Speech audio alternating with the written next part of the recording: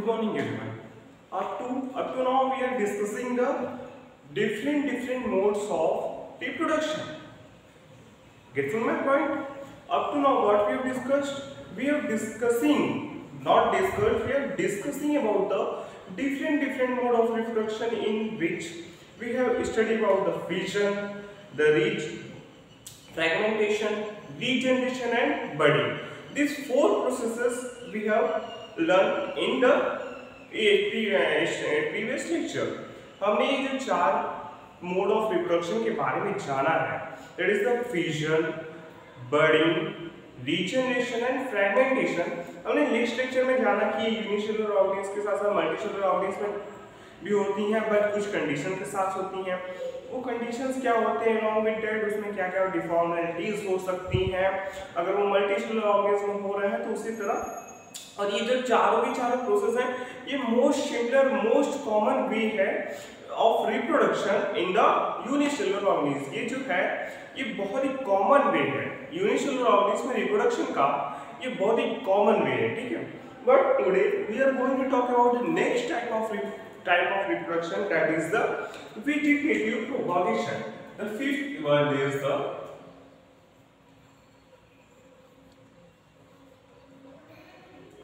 vegetative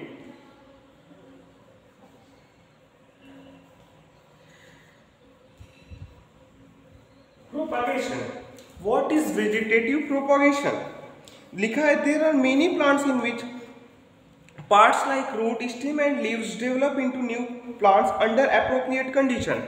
यहाँ पे हमारे इन्वायरमेंट में ऐसे कई प्लांट्स पाए जाते हैं जो उस प्लांट का कोई हिस्सा है, जैसे कि स्टेम हुआ, लीफ हुआ या रूट से एक न्यू प्लांट जनरेट कर लेते हैं, वो एक नए प्लांट को फॉर्म कर देते हैं under appropriate condition, under favourable condition. अगर उन्हें उसमें फेवरेबल कंडीशंस मिलती हैं तो वो एक न्यू प्लांट को फॉर्म करते हैं, एक न्यू इंडिविजुअल को जन्म दे देते हैं, ठीक है.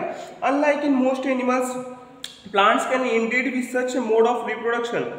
एनिमल्स में तो नहीं, लेकिन प्लांट्स में ऐसा मोड ऑफ रिप्रोडक्शन देखने को मिलता है. और क्या है, इसी प्रॉपर्टी को, वेजिटेटिव प्रोपोर्शन की प्रॉपर्टी को हम क्लियरिंग और grafting to grow many plants like sugarcane, rose और ग्रेप्स इन एग्रीकल्चर प्रैक्टिसेस. और इस जो वेजिटेटिव प्रोपागेशन का प्रोसेस है रिप्रोडक्शन में, हम इसका यूज किसमें करते हैं, किन किन प्लांट्स में, जैसे कि शुगर केन हो गया, गन्ने का हुआ, रोज हुआ और तो और ग्रेप्स. इन सभी के प्लांट के रिप्रोडक्शन प्रोसेस में हम वेजिटेटिव प्रोपागेशन मेथड का यूज करते हैं. along with that plants raised by vegetative propagation can bear flowers and fruits earlier than produced from seed. और तो और क्या लिखा है कि जो प्लांट्स हम वेजिटेटिव प्रोपागेशन की मदद से ग्रो करेंगे उनमें फ्लावर और सीड उससे पहले ही आ जाएगा. अगर हम उसी प्लांट को सीड से ग्रो करें तो उसमें जब तक फ्लावर और फ्रूट्स और सीड्स आएंगे उससे पहले ही वेजिटेटिव प्रोपागेशन वाले प्लांट में वो सब चीजें आ जाएंगी. And such methods are possible the propagation of plants such as banana, orange, rose, jasmine. और तो और ये जो बनाना, ऑरेंज और रोज, जैस्मीन के पेड़ हैं, इनके पास भी जो सीड प्रोड्यूसिंग कैपेसिटी है, इनके पास जो कैपेसिटी है कि ये सीड बियर कर सकते हैं, ये किससे आती है, ये वेजिटेटिव प्रोपागेशन से आती है.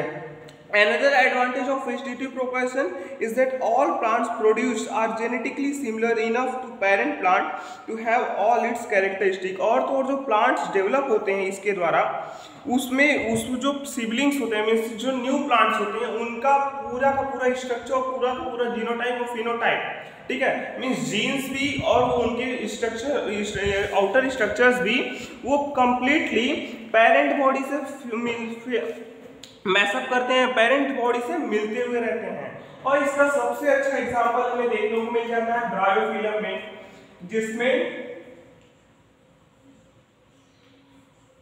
कहां से, लीव्स से न्यू प्लांट स्ट्रक्चर्स अराइज करते हैं. लीव्स के साइड में, यहाँ ब्रायोफिलम के प्लांट के लीव्स में साइड में कुछ न्यू बर्ड्स का फॉर्मेशन होता है, और वो बर्ड्स क्या करते हैं, फिर बड़े होके मैच्योर होके वो डिटैच होके एक न्यू प्लांट का फॉर्मेशन कर लेते हैं. तो ये प्रोसेस जो वेजिटेटिव प्रोपागेशन का है बहुत ही हेल्पफुल है. आपके बुक में एक शॉर्ट नोट दिया है about the tissue culture, that what is tissue culture. Tissue culture में क्या होता है, जो हम पौधे उगाते हैं, है ना, New plants are grown by removing tissues or separating cells from the growing tip of a plant. हम जो प्लांट है, अगर कोई ग्रोइंग प्लांट है, मीन्स कोई प्लांट ग्रो कर रहा है, तो उसमें से उसके टिप में से कुछ टिश्यूज और सेल्स को निकाल के हम उनको कल्चर करते हैं, ग्राफ्टिंग प्रोसेस कल्चरिंग प्रोसेस करते हैं। कल्चर करके उन टिश्यूज से एक न्यू प्लांट का हम फॉर्मेशन करते हैं। So it the process known as tissue culture.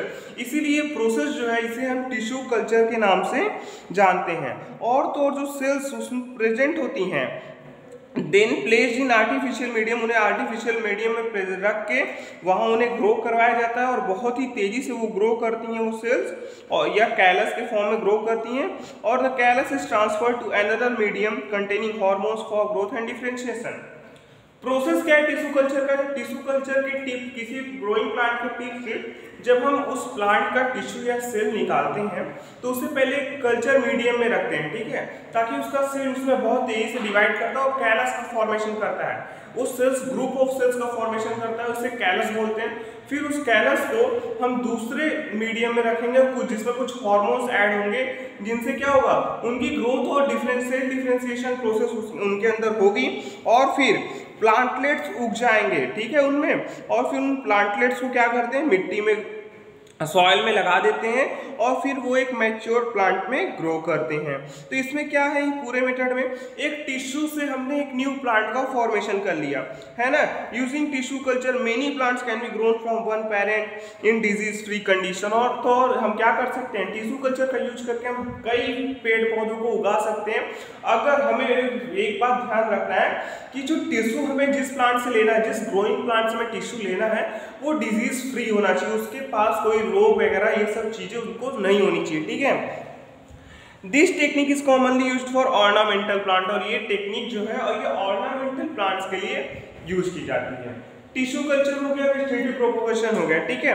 अब जो हमारा मोड है, एसेक्सुअल मोड है रिप्रोडक्शन का, वो है spore formation. That is the sixth mode of asexual reproduction is the spore formation.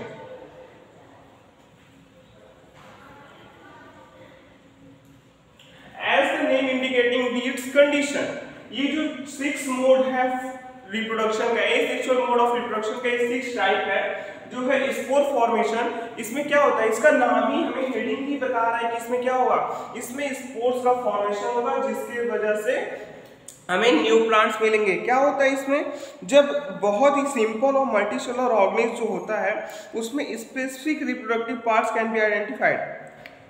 उसमें जो स्पेसिफिक रिप्रोडक्टिव पार्ट होते हैं किसी भी सिंपल प्लांट में, हम उसमें पहचान सकते हैं कि नहीं। पहचानने के बाद क्या होता है, the thread like structures that develop on the bread. हमने कभी कभी थ्रेड लाइक स्ट्रक्चर्स को देखा होगा जो ब्रेड पे उगते हैं। Are the hyphae of the bread mold, वो क्या होते हैं, राइजोपस, जो फंगस होता है राइजोपस, उसका हाइफी होता है। फंगस में हमने देखा था ना, हाइफी और होल्डफास्ट में प्रेजेंट होता है। तो जो हाइफी होता है ब्रेड में, वो क्या होता है, वो ब्रेड में जो थ्रेड लाइक स्ट्रक्चर होता है वो हाइफी होता है ब्रेड मोल्ड का, जिसे हम राइजोपस के नाम से जानते हैं। राइजोपस क्या है, ये फंगस है। They are not reproductive part, वो रिप्रोडक्टिव पार्ट नहीं होते हैं, लेकिन उसी के वजह एवेज में on the other hand the tiny bulb on a stick structure are involve in reproduction. जो एक स्टिक लाइक स्ट्रक्चर पे टाइनी बॉल्स हमें दिखते हैं, फंगस के कुछ स्ट्रक्चर में आपने देखा होगा कि एक प्लेटफॉर्म में ढेर सारे stick like filament like structures होंगे और उनके ऊपर small ball like structures present होते हैं, ठीक है। वो प्रेजेंट जो small ball like tiny balls होते हैं, वही किसमें, वही रिप्रोडक्शन प्रोसेस में इन्वॉल्व होते हैं। वो क्या करते हैं, दीज बॉल्स आर स्पोरेंजिया। वो क्या होते हैं, वो स्पोरेंजिया होते हैं जिनमें स्पोर्स बनते हैं। विच कंटेन सेल्स और स्पोर, जिसके अंदर क्या होते हैं, सेल्स या स्पोर होते हैं। And that can eventually develop into new Rhizopus individually. और वो फिर जब जर्मिनेट करेंगे स्पोर, जब उन्हें फेवरेबल कंडीशन मिलेगा तो वो एक न्यू राइजोपस, न्यू फंगस में डेवलप हो जाते हैं, ठीक है। The spores are covered by thick walls that protect them until they come into contact with another moist surface and can begin to grow. उनको स्पोर्स की प्रोटेक्शन के basis पे, उन स्पोर्स को प्रोटेक्ट करने के लिए उनके ऊपर एक थिक वॉल की लेयर होती है ताकि वो अनफेवरेबल कंडीशन में सरवाइव कर सके। और जब उन्हें फेवरेबल कंडीशंस मिलती हैं, मीन्स मॉइस्ट सॉइल मिलेगी, तब वो वहाँ पे जर्मिनेट करके एक न्यू प्लांट बॉडी का फॉर्मेशन कर लेते हैं। और अभी तक हमने जितने भी मोड ऑफ रिप्रोडक्शन पढ़े हैं वो सब क्या है, वो so for allow new generations to be created from a single individual, this is known as asexual reproduction. इसमें हमने क्या देखा, एक ही इंडिविजुअल से ढेर सारे इंडिविजुअल्स का फॉर्मेशन होता है। इस टाइप की जो हमने रिप्रोडक्शन का प्रोसेस पढ़ा है, दैट इज 6 जो हमने पढ़े हैं, उसमें क्या देखा, हमने देखा एक ही प्लांट बॉडी से डिफरेंट इंडिविजुअल्स का फॉर्मेशन होता है। So this type of reproduction in which only one individual give rise to its young ones are known as asexual mode of reproduction. इस तरह के मोड ऑफ रिप्रोडक्शन को हम asexual mode of reproduction के नाम से जानते हैं। That's all for the asexual reproduction। अभी तक तो हमने जितने भी टॉपिक्स किए, जितने भी डिस्कशन किए हैं, वो सब तो थे asexual reproduction के बारे में। But now we are going to keep forward, अब हम आगे बढ़ेंगे अबाउट द सेक्सुअल रिप्रोडक्शन। अब हम किसके बारे में पढ़ेंगे, अब हम सेक्सुअल रिप्रोडक्शन के बारे में जानेंगे कि वाई कि सेक्सुअल रिप्रोडक्शन क्या होता है। ठीक है, so let's start.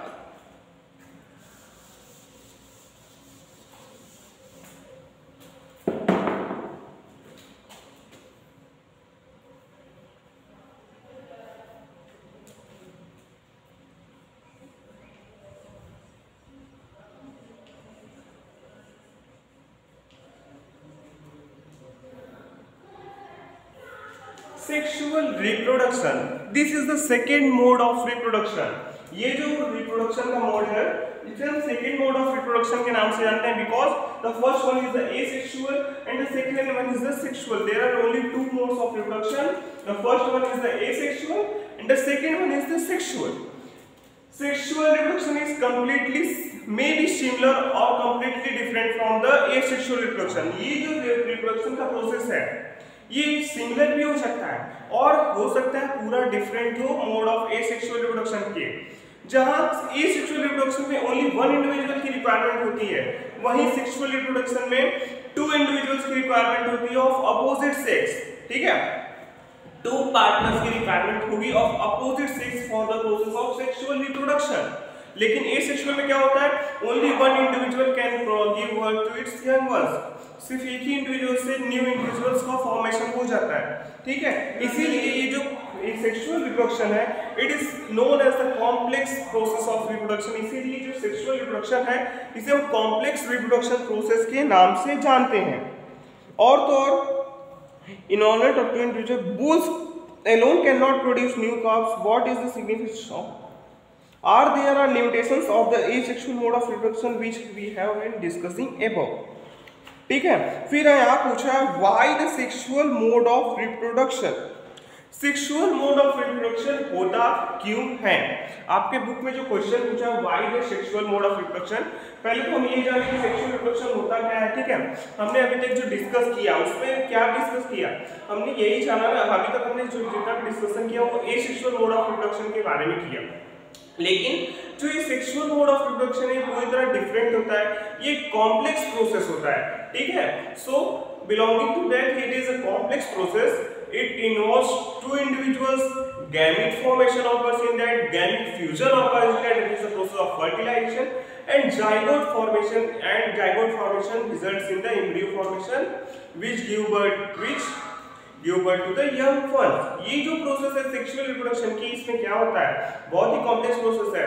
Gamete formation होगा, गैमेट का फ्यूजन होगा, that is the process of fertilization, zygote का फॉर्मेशन होगा, एम्ब्रियो का फॉर्मेशन होगा, फिर एम्ब्रियो से न्यू यंग वंस का फॉर्मेशन होता है। ठीक है, so we start it next in the next lecture. That's all for today, thank you very much.